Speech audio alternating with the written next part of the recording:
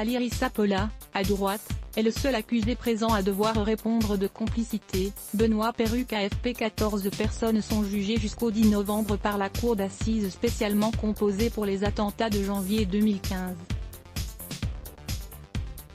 3 sont néanmoins en fuite. Ali Sapola est le seul accusé présent à devoir répondre de complicité de crime. S'il reconnaît vivre pleinement dans le milieu du banditisme, il nie son implication dans les attentats de janvier 2015. Ali Sapola parle comme il pense, sans filtre. Et d'emblée, le seul des 11 accusés à devoir répondre de complicité de crime dans le procès des attentats de janvier 2015 tient à mettre les choses au point. « Je suis innocent des faits qu'on me reproche, je suis là à cause d'une balance mythomane », lâche ce franco-turc de 35 ans. Cheveux rasés et chemise blanche, le visage largement dissimulé sous son masque. À qui fait-il référence ? Il promet de s'en expliquer lorsqu'il sera interrogé sur les faits, mais ce vendredi, au 3e jour du procès, la cour d'assises spéciale s'intéresse avant tout à la personnalité des hommes dans les 2 larges boxes vitrées. Qu'on juge des faits, mais avant tout des hommes, a rappelé en préambule le président de la cour d'assises, Régis de Jorna.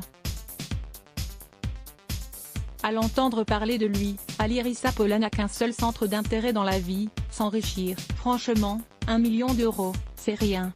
Je veux profiter, une belle villa, des voitures, explique-t-il crânement devant la cour.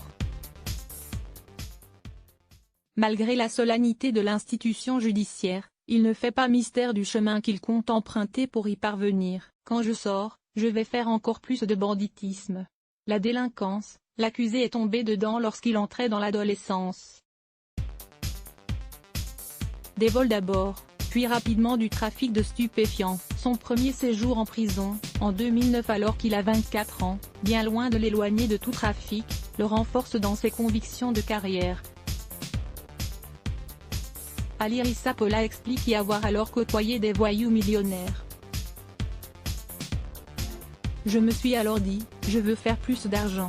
Je paye mon amitié paradoxalement, c'est selon lui cette passion pour l'argent qu'il a perdu. Tout au long de la procédure, l'accusé n'a eu de cesse de nier les faits qui lui sont reprochés, admettant seulement avoir monté des escroqueries à l'assurance avec Amédi Koulibaly, le tueur de Montrouge et de l'Hyper Cacher, afin de rembourser une dette de stup de 15 000 euros. Je me désolidarise de ce qu'il a fait, je paye mon amitié, martèle-t-il encore ce vendredi. Je n'ai eu de combat religieux, je ne m'en suis jamais pris à personne. Les 2 hommes ont grandi dans le même quartier, à Grigny, dans l'Essonne et se sont rapprochés en 2007. Le franco-turc est présenté par l'accusation comme le bras droit du terroriste, présent à tous les stades de la préparation des attentats. Son écriture a notamment été identifiée sur un document dans lequel il demandait le prix d'armes et d'explosifs. L'homme a également quitté la France 3 jours après les attentats, tentant de rallier la Syrie via le Liban. Il avait finalement été refoulé à la frontière. On fait tous des conneries, signe de sa place prépondérante dans ce procès. Il est le seul accusé à avoir été longuement interrogé sur son rapport à la religion. Des questions qui ont le don d'agacer son avocate, Isabelle Coutempère.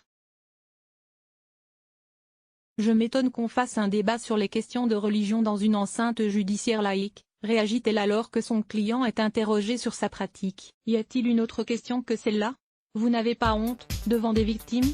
S'offusque, furieuse, une avocate des parties civiles, Nathalie Sénic. Ali Sapola a grandi dans une famille de Kurdes alévis et s'est converti à l'islam en 2014 mais expose, ce vendredi, une vision de la religion toute personnelle. Je suis croyant, je fais mes 5 prières par jour mais je fais mes conneries à côté. Le président s'étonne, vous faites des escroqueries mais après, par le biais des prières, vous demandez pardon ?